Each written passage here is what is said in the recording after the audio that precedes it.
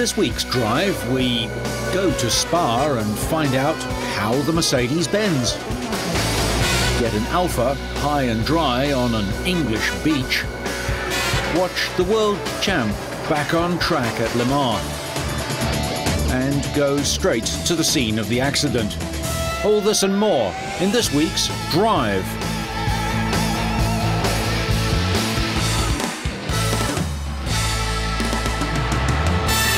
Formula One arrived in Turkey as Fernando Alonso, the Spaniard currently leading the World Championship, was welcomed to Istanbul, outside the city's fabulous Blue Mosque, by the mayor of Istanbul, Kadir Topbaş.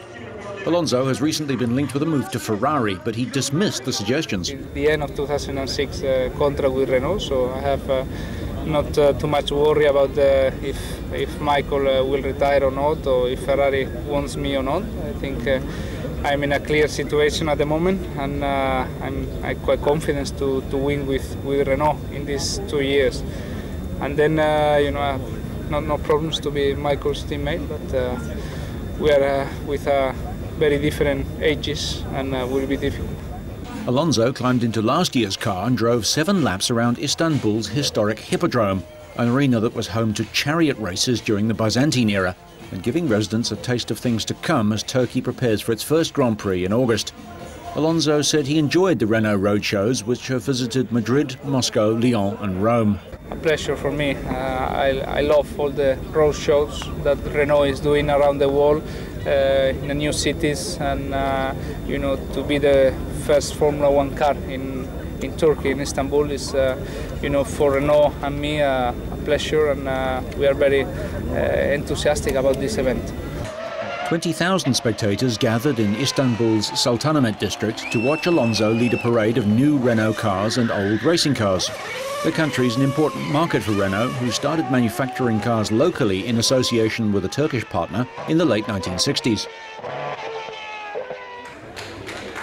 At a recent meeting, Renault, with BMW, Daimler Chrysler, Honda and Toyota, established a manufacturers association to represent their interests in Grand Prix racing. The group proposed the use of 2.4-litre V8 engines until the end of 2008 to cut costs and ensure stability for 3 years. Alonso paid tribute to the people that make up Team Renault.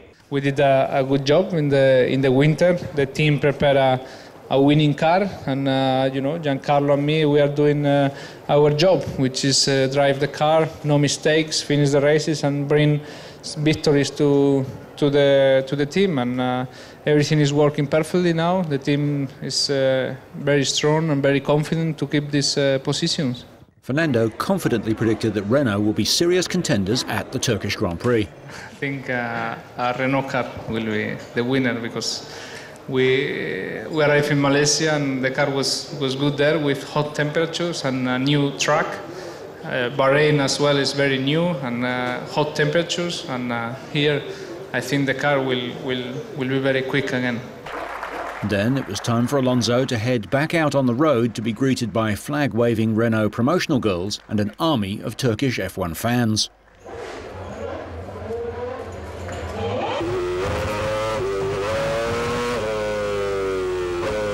Alonso, who's on course to become Formula One's youngest ever world champion, takes recent improvements from McLaren and Ferrari in his stride and expects the pendulum to swing back in Renault's favour soon. Improved cars from Renault's 2 chief rivals at Imola closed the gap at the front, a trend continued at Barcelona. But Alonso is confident of his team's ability to respond and is still feeling the benefit of the 3 consecutive wins which catapulted him to the top of the standings.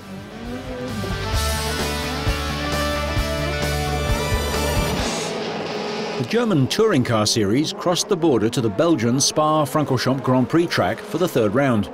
Mika Häkkinen hadn't won a race since the US Grand Prix in 2001, but started from pole position. However, reigning DTM champion Mattias Ekström grabbed the racing line into the first corner. Another ex-Formula One driver had a tough time in the opening stages, with Heinz-Harald Frenzen's Opel being forced off the track by Martin Tomsik on lap 4. Häkkinen stayed positive and kept pushing though, and his Mercedes team served him beautifully, with the Finn emerging from his pit stop with a slender lead over Ekström. From then on, the Finn knew that this was the perfect chance to end his temporary retirement once and for all. Despite their slick pit work, the Mercedes pit crew was involved in an incident just 2 laps later, with several of them lucky to avoid injury as a refueling gantry was pulled down on top of them. Bizarre incidents continued, with Bruno Spengler losing the front of his Mercedes on one of the straights, again luckily without any serious injuries. Bernd Schneider's Mercedes was wrecked just 2 laps from home after his attempt to pass Laurent Aiello backfired and sent him into the barrier. Mercedes Motorsport manager Norbert Haug watched from the pit wall. The replay shows Schneider tangling with the former series champion Aiello and the car virtually dissolving around the driver as it absorbs the impact of this high-speed crash. After 24 laps, Häkkinen, the 98 and 99 F1 world champion, claimed victory ahead of Ekstrom, his first following a 3-year break from motorsport. I don't know, I don't find the words nearly, you know, this is tremendous, has been a tremendous week, tremendous weekend from the whole team. You know, they done, you know, this victory belongs to the team, you know, they've done just a fantastic work. The win lifted Häkkinen into equal second on 17 points, with teammate Gary Paffett leading the way on 19.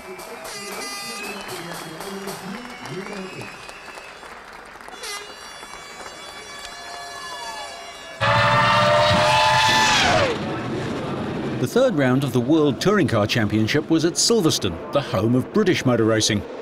Italy's Gabriele Tarquini started from pole position alongside Alfa Romeo teammate James Thompson of Great Britain. But Germany's Dirk Müller in a BMW, the championship leader, started right back in 26th place. Tarquini led and Thompson slipped down to third on lap 2 and then claimed second from Fabrizio Giovanardi. On the penultimate lap, legless Italian Alex Zanardi and Britain's Rob Huff made contact. Zanardi came off worse, into the gravel and out of the race, while Huff continued and finished 13th. BMW driver Andy Priaulx couldn't hold off first Thompson and then Brazil's Augusto Farfus as he slipped down the order. Alfa Romeo had the perfect result as all 4 of the team's drivers finished in the top 4. Tarquini never lost his lead. Thompson and Giovanardi finished second and third, while Farfus started 6th on the grid and crossed the line 4th. SEAT drivers claimed the remaining positions in the points. But the Spanish cars had a poor start from the front row of the reversed grid for race 2, as Priaulx jumped them at the start. The reigning European Touring Car champion looked set for his first win of the year until he was forced out with a puncture with 3 laps left. Britain's Chevrolet driving Rob Huff maintained his 100% stupidity rating by colliding with Antonio Garcia, but this time neither driver could continue. Tarquini, Peter Terting and Thompson tangled on lap 4, putting the Englishman into the gravel, where he stayed. Officials put the blame on Tarquini, who will drop 10 places on the grid for the next round. With Priaulx's untimely departure, Sweden's Rickard Rydell was able to win a thrilling race from teammate Jason Plato, who finished second, giving SEAT only their second win since joining the European Touring Car Championship in 2001. Tarquini ended on the podium again after coming third. Müller, who was 10th in the first race, came 6th in race 2, and the 3 points gained were enough to keep him at the top of the drivers' standings. The next 2 races in the championship will be held in Brno in the Czech Republic.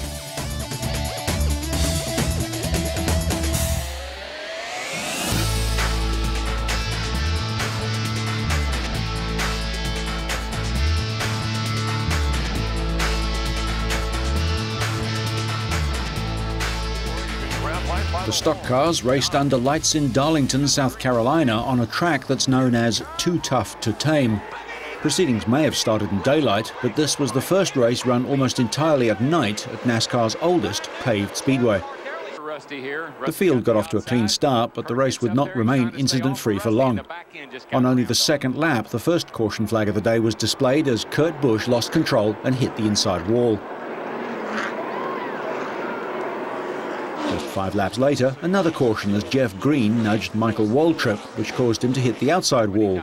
The crash caused extensive damage to the right side of Waltrip's car. He could do little to avoid the crash, as his in-car camera showed, but he would gain his revenge later in the race. On lap 206, Waltrip edged into the back of Green's car, causing Green to spin, and Kurt Busch in the number 97 car narrowly avoided the collision. Kyle Petty in the pink car lifts off and slows, and Jason Leffler brakes to avoid hitting him, but touches the outside wall instead. There were just 4 laps left when Mark Martin in the number 6 car spun, but he managed to regain control before he hit anything. A lot of laps on the tires, not enough grip, but look what a job he did to keep it off the fence. Greg Biffle, who led for 176 of the race's 370 laps, took the checkered flag, his 3rd win of the season, following victories in California and Texas. He beat Jeff Gordon, a 6-time Darlington winner, to the line by 0.98 of a second, or about 6 car lengths. Biffle now lies 3rd in the points race, 148 points behind leader Jimmy Johnson. Next, we go offshore. While the sun shone over the ancient town of Valletta, gale force winds promised rough racing. 13 teams entered the Evolution and Supersport classes at the opening Grand Prix of the year. The Sony boat, making its Evolution class debut, took an early lead, and the Italian team put distance between themselves and the rest of the pack. By the 6th lap, the battle for 2nd and 3rd place was hotting up as Feinplast overtook Thuraya.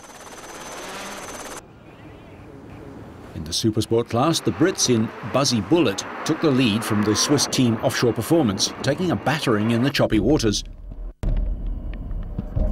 The Sony team cruised to victory and Evolution honours in their first ever P1 race. Feinplast came in a creditable 2nd, with the 2004 champions Thuraya finishing 3rd. But in the Supersport race, it was the Swiss Offshore Performance who claimed the win after Buzzy Bullet retired with engine problems. The second day saw milder weather and flatter seas. The race began with a massed start, with both classes setting off together, and again the Sony boat took an early lead. Second was Feinplast, determined to keep Sony in sight, but the Austrian Wettpunkt team, who began the race in last place, stormed into 2nd. In the Supersport class, the local Maltese boat Chaudron led, but on the 5th lap, Buzzy Bullet took over. The previous day's victors, Offshore Performance, were in 3rd. The Sony boat crossed the line first, and their domination augurs well for the rest of their season. Coming in 2nd in the Evolution class was Wettpunkt.com with OSG 3rd. Buzzy Bullet held on to win Supersport. 2nd were home team Chaudron after Offshore Performance retired. Despite 2 wins, the Sony driver admitted that both races had been tough. Today was very hard. The Hans Boeing boat was very strong, and we realised on lap 3 that he'd gone from 4th to 2nd place. So we had to push ourselves to the limit, and were taking some really hard knocks as the sea was very strange. Some places it was smooth, and in other parts we were bouncing around all over the place. The race signalled a welcome return to form of the Jolly Drive team, who took overall Supersport podium honours. The next race on the Powerboat World Championship calendar takes place in Anzio in Italy.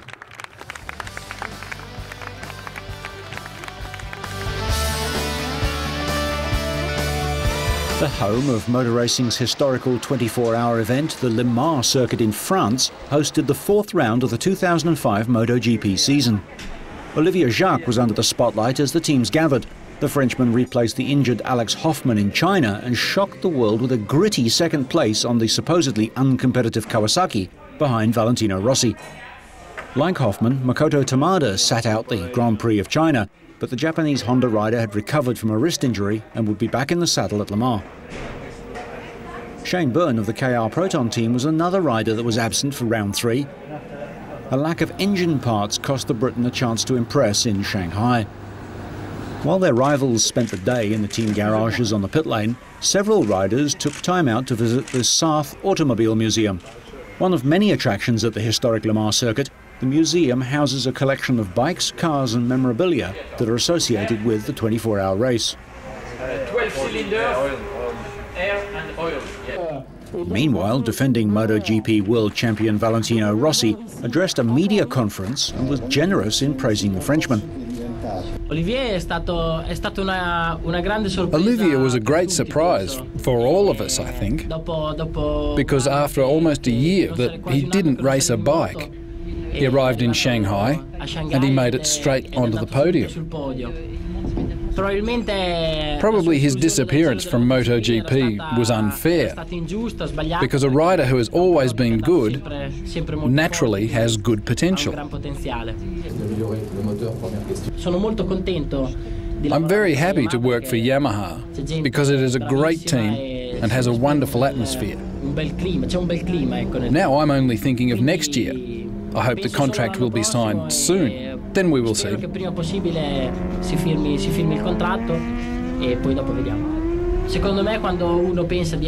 I think when you believe you are a perfect rider, that's when the problems start.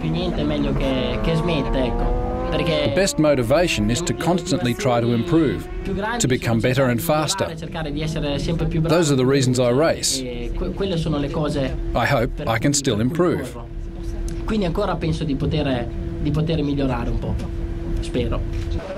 Rossi, who joined Yamaha from Honda at the start of last year, became the first rider to win back-to-back Premier Class titles for different manufacturers. He may have won 2 of the season's 3 races, but insists that there's still room for improvement. We have anyway some problem, some difficult to set at 100% the bike. We need me and my team to improve this situation, because we have only 4 hours of practice. But anyway, I think in the future the condition will be better. Rossi took a comfortable title lead to Le Mans. Once the race started and chasing his 5th MotoGP world title, Rossi had to overcome a mediocre start. As expected, his main rival, Spaniard Sete Gibernau, and his Honda was constantly in contention. So was Rossi's own teammate, American Colin Edwards, who, despite having led for much of the race, wasn't going to stand in the way, and he let Rossi through, with Gibernau almost glued to his rear wheel. Gibernau has won the last 2 French Grand Prix, and a hat-trick of wins at the Le Mans circuit would certainly kick-start his faltering campaign. Going into the race, he was 5th in the standings, 37 points behind Rossi with 3 of the season's 17 rounds completed. But Rossi was able to seize the lead with just 7 laps to go. The world champion secured his 3rd victory in 4 races by narrowly beating Gibernau. Edwards was 3rd, the first podium of his MotoGP career. On the slowdown lap, Rossi made an effort to bury the animosity between him and Gibernau that arose after the infamous last corner incident at the first race in Spain. Yes, at the beginning we are lucky because the rain don't arrive and the weather is good, and we are able to do a great race. I think for everybody it was a great show. The bike gave me a good feeling, and this weekend we are very fast also on the dry conditions, so I'm very happy also for the future, for the next races. I'm able to make every lap a little bit better, and the fastest lap on the last lap, and it's possible arrive first. But was a great battle and a great race. I'm very happy. Media reports suggested that Rossi would quit MotoGP at the end of his current Yamaha contract and switch to Formula One, but Valentino said he'd be in MotoGP for 10 years. In the 250cc class, Spanish teenager Dani Pedrosa won a closely fought race to regain his championship lead. Pedrosa left it until the 18th lap before snatching the lead for the first time. Frenchman Randy Depunier, his closest rival, managed to claw the lead back, only to be overtaken again on the last lap. Pedrosa, who started from pole position, regained the title lead and now has a 4-point advantage over Italian Andrea Dovizioso, who finished 3rd in France. Thomas Luthi won the 125cc race, becoming the first Swiss rider to win a Grand Prix in 18 years.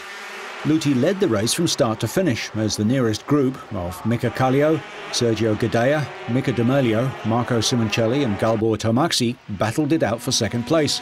Several riders crashed out and others retired with mechanical problems. Behind Luthi, the front group stayed together for most of the race, with intermittent changes between Kallio and Gadea as they battled back and forth, before Gadea went on to take 2nd place. Kallio completed the podium in 3rd position. Luthi has moved into 2nd place in the championship, 12 points behind leader Mika Kallio. Teutschenthal hosted the Grand Prix of Europe, 5th round of the MX season. There was drama at the first corner of race 1 in the MX1 class on a track made slippery by heavy rain.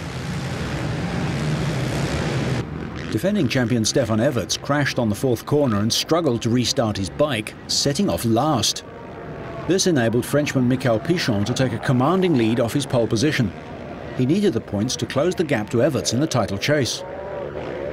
Everts fought back up through the field but had to settle for 11th place and just 10 points. Unlucky last year with a big crash in qualifying, Michael Pichon was able to collect his third race win of this season, closing the gap in the title race to 12 points. The Frenchman got the whole shot in both races, and this was the key, as thunderstorms the previous night affected the track. The second race was much closer. Everts managed to get through the opening stages with no problems this time.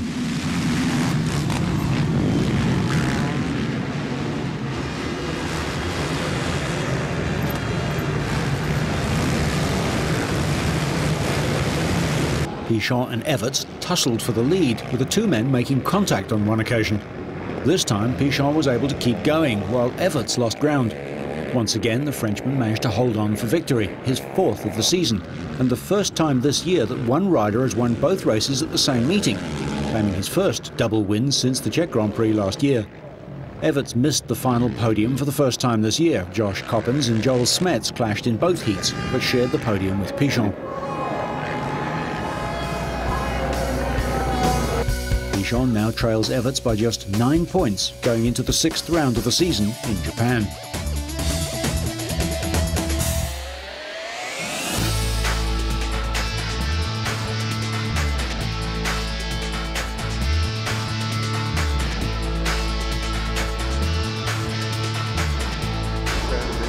Defending Indianapolis 500 champion Buddy Rice was injured in a crash during practice for this year's race, knocking him out of qualifying. Rice, who started on pole last year, spent the night in hospital after injuring his back and suffering a concussion.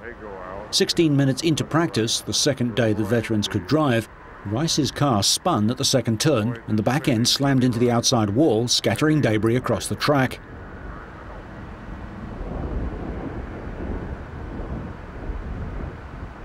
Once again, Tom, this all happened over in turn 2. Rice remained in the smoking car for several minutes before track workers helped him out and he was able to walk away.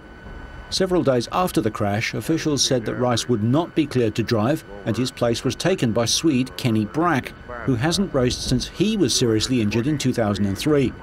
Rice took Brack's place and won last year's race, and now the favour is being returned.